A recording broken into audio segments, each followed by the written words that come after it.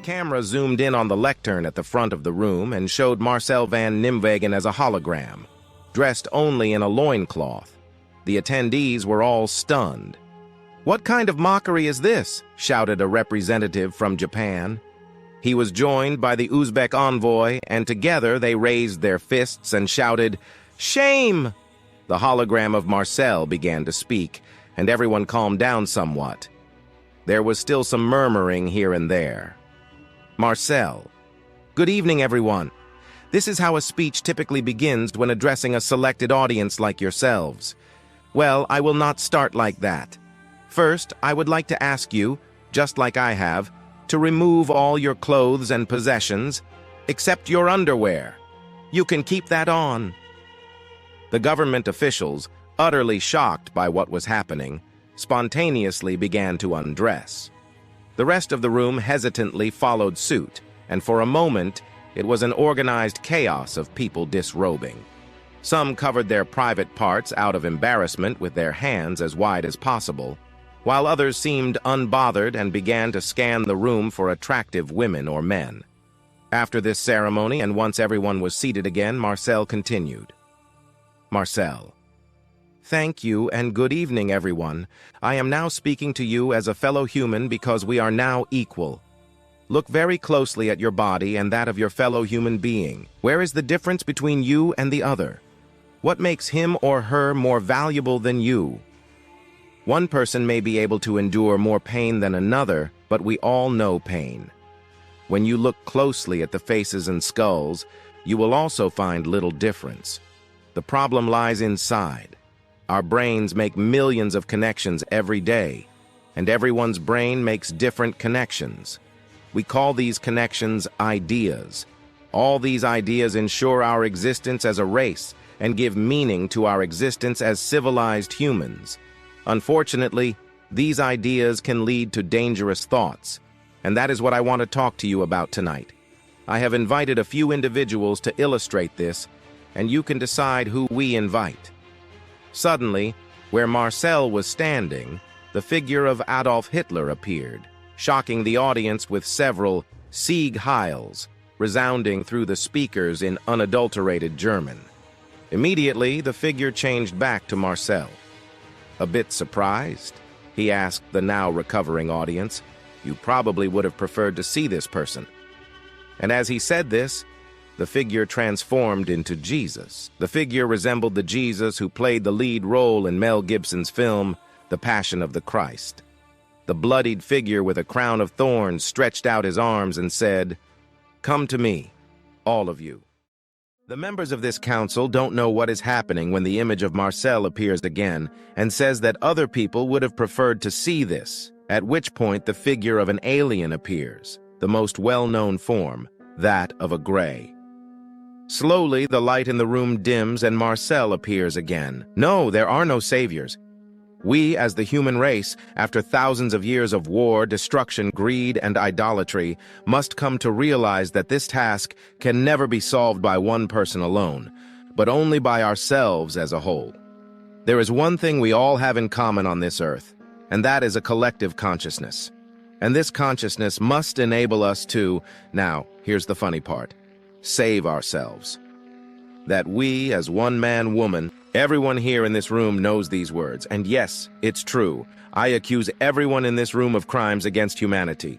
Your history has shown that your contribution to the safety of humans and their associated rights and welfare has been grossly violated. I accuse you of current and future genocide against your fellow humans and co-inhabitants of this planet.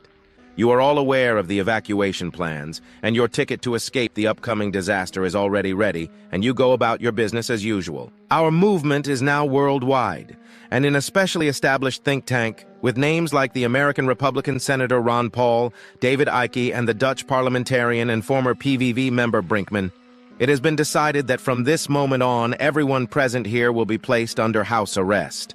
At the end of the speech, you will receive a personal collar and the accompanying description of the device and the distance limit assigned to you, depending on your involvement in inhumane practices. The offenders, and there are quite a few, will be confined to the vicinity of their homes using the known collar. Every member of an organization, such as the Freemasons or any other similar organization, and who holds a high rank or degree within these types of organizations, must expect an arrest warrant. Every meter and any prolonged stay outside the court-designated boundaries, and they will be beheaded by an explosive charge in this collar. The less guilty, which includes a large part of the civil servants, will be investigated for their contacts and held accountable for their actions and their contribution to a healthy society without abusing the word greed. I keep saying human because that is precisely what distinguishes us from animals. When someone behaves like a beast, it is an insult to something as magnificent as nature. An animal has no conscience. In this, humans are unique in their kind. This conscience causes feelings such as compassion, guilt, and honor. This conscience arises from a complex set of brains. Scientists are still searching for the secrets hidden in the unused part of our brains and believe that when we discover what we, as humans, are truly capable of, we cannot handle it.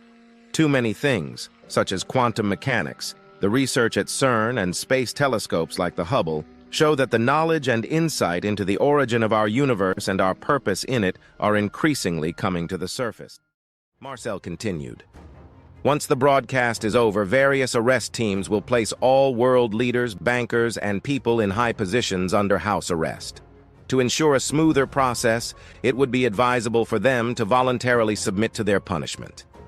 Our goal is to carry out a global, non-violent coup d'etat. We, as global citizens, have the right to a normal community without violence, with good education, good health care, and the assurance that our children will benefit from these in the future. The plan we are currently trying to thwart has no place for your children in the future. Only the highly gifted new generation of star children will be selected for evacuation when Earth faces the arrival of the planet Nibiru, which will soon enter our solar system and cause various disasters, including a pole shift and a retrograde rotation. The elite, bankers, and directors of companies like Sony and Nokia are all gathered in a secret group called the Bilderbergers, and various other secret organizations like Skull and Bones, a club where the Bosch family and many friends had seats.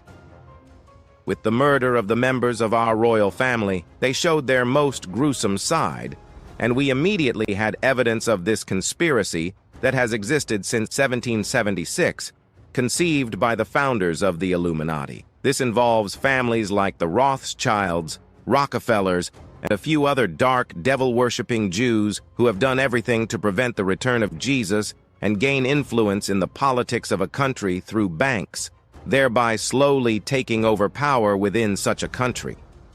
Whoever controls the money holds all the power, and thus all the authority. The population would first be terrified through events like 9/11, so laws could be changed, and with the enactment of the Patriot Act, an end was made to the American Constitution. Then began the unauthorized mission against Iraq, a mission where your organization again failed to do its job properly. You knew that Iraq had no ties with terrorists who were trained and funded by the CIA, Mossad.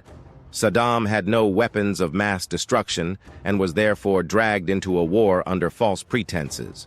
The same tactic would be applied to Iran. First, a biological nuclear attack on a European country and/or America by terrorists, then the repair of the economy with the help of the Amero, followed by a large-scale attack in cooperation with Israel on Iran. This would have been the cause for the Third World War. The people are no longer in control of their politicians. No, that role has been taken over by companies. They place people in important positions with a lot of money and start draining the population through taxes and money-consuming military projects. The plan to reduce the world population to about 1.5 billion people, with sufficient means to spend several years underground and thus create a new world order when they can live above ground. The worldwide collaboration between these grandmasters of illusion, as I shall call them for now, has become increasingly sophisticated with the advent of new communication technologies. The trial that will take place after this speech at the Peace Palace in The Hague, Netherlands, is therefore dedicated to the universal rights of humanity. We also aim to provide evidence of the falsehoods in the realm of religion. The goal is to warn people about the imminent danger and threat posed by a shadow government that deceives all nations into launching a new crusade against our Islamic fellow humans. Islamic governments must come to realize that their way of believing is also founded on inequality between men and women. Conceived by men in an era when women had no more influence in daily life than the average stray dog and were treated accordingly. This passage emphasizes the sophisticated collaboration of influential leaders in manipulating global narratives and the urgent need to address issues of human rights and religious misinformation. It calls for awareness of the potential dangers posed by a shadow government and urges Islamic governments to recognize and address the inherent gender inequalities within their belief systems. Dubai is a good example of a modernized Muslim state. The rest will follow in due time. Additionally, we have worked with the involved people to ensure that new cabinets and governments are ready to take over the tasks of the current ones. People acting out of goodwill and convinced of the current truth are informed of the good new intentions through instructions and nominated by a new generation of voters ready to take over from the corrupt old guard. Fahmy Eddowes says that in a conversation with God, Allah, Buddha, and several other religious gods, he reached a compromise, a good Dutch practice for solving complex matters. The final conclusion is that two wise people, one man and one woman, from the most well-known religions, should write a new book together. A book with guidelines and without dogmas and prohibitions. We humans are capable of both destruction and creation, just like a god. Or are we slaves to our religions, plunging ourselves into a new world war by acting according to what is described in the old books? Our collective consciousness makes a new way of thinking and acting possible. Charity, honesty, trust, and cooperation at all levels will be the main subjects that manifest in this manuscript. A book without prohibitions, but with guidelines like the Starfleet regulations from the TV series Star Trek, known and appreciated worldwide. All arms dealers must dismantle and destroy their stocks. All other weapons worldwide will be collected and destroyed as much as possible, and the steel from them will be used to build public structures like bridges. Where possible, some non-dismantled weapons will even be stored to be destroyed in space. A new group of people will run the United Nations. The old guard will be arrested and also placed under house arrest. Each country will have a participant position, and no one will have veto power. The basic principles in every conflict will be respected by all countries. One of those principles is charity, alongside the two most important ones, honesty and openness. Everyone is a passenger on this spaceship and wants to know what is happening in the kitchen of this flying hotel. Indeed, I compare our Earth to a spaceship and go even further by making this same planet a part of our collective consciousness. The sacrifice videos we showed were fake, conceived and executed by a group of creative people working at Rough Diamonds Multimedia.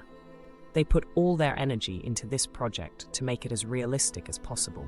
Using the latest computer techniques, they were able to achieve this, and it clearly had its effect, given the many forums and downloads.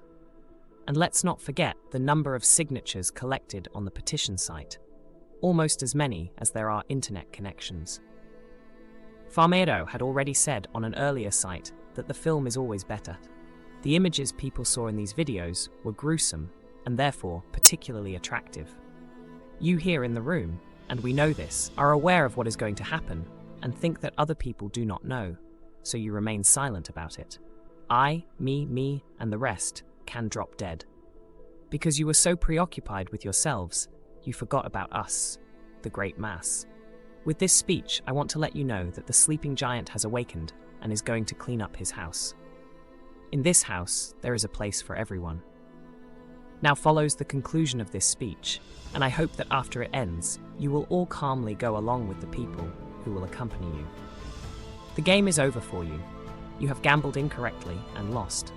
As many of you may know, before this city was known as New York, it was first called New Amsterdam. The city was built on land purchased from well-traveled, intelligent trading Indians who were already familiar with delicious Dutch beer. The city was a mix of various races, such as Indians, Dutch, English, Jews, Chinese, and Dutch laws applied. However, there was a Dutch trait that was very much in vogue, which was called oogluking, nowadays better known in Dutch usage as tolerating. This tolerating has gone a bit too far in some parts of the world. Tolerating is a way of trying out, and when something doesn't work, it must be stopped immediately. We have declared that we possess the source code and that we would make it public. We are now going to do so. At that moment, a gigantic computer screen appeared, displaying various holy books. On the keyboard, the words Next Genesis were typed in, and the books began flipping their pages, stopping on the one with the text about the Last Judgment. Suddenly, various letters on the pages started to light up and burn. All the letters of the burning text aligned themselves in a row, revealing a message: humankind equals God. Marcel appeared again, now fully dressed.